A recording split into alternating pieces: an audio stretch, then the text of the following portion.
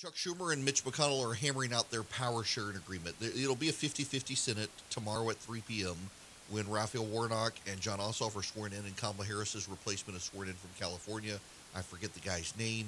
Gavin Newsom has appointed him. Kamala Harris officially now out of the Senate. That power sharing arrangement, from what we are led to believe thus far, it has not been finalized. Mitch McConnell and Chuck Schumer are supposed to meet today to finalize it, but it will put an equal number of Republicans and Democrats on committees. Democrats will become chairmen of the committees and will control the schedule. If there is a tie vote, it will automatically go to the floor of the Senate where it will be voted on.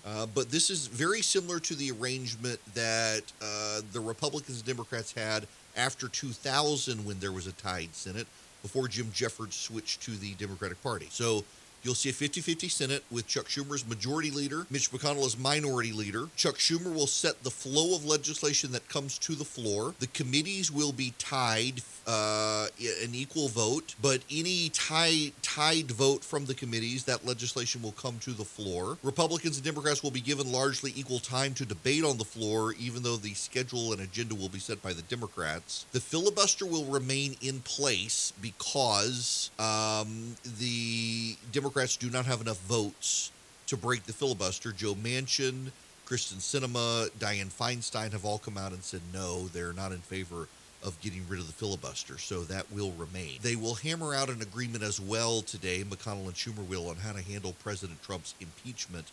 The rules and precedents of the Senate suggest there must be a trial. The Democrats actually, behind the scenes, I was joking about this the other day somewhat flippantly, wondering if the Democrats would want to go through with it if they decided that letting Donald Trump have the potential to be president again in 4 years would do more damage to the Republicans than impeaching him and convicting him. They would need 17 Republicans. They've probably got 7 votes for conviction, so they need 10 more Republicans. Would Mitch McConnell give them that? McConnell is said behind the scenes to be ready to help get enough votes to convict the president and end his ability to run again in 4 years. But it's all speculation. We don't really know. We don't really understand how that process would work because there's never been a trial of a president of the United States who has left office. Is it constitutional?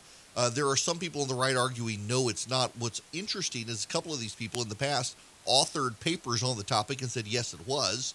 But now that they're supporting the president, they've gone, oh, no, you can't do this. Well, we'll go with before there was Trump when they were saying it would. In fact, there is precedent in the Senate that you can impeach someone who has left office.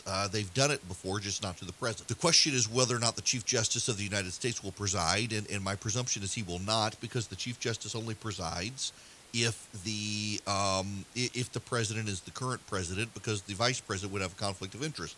Kamala Harris will have no conflict of interest here. We'll see how they proceed moving forward.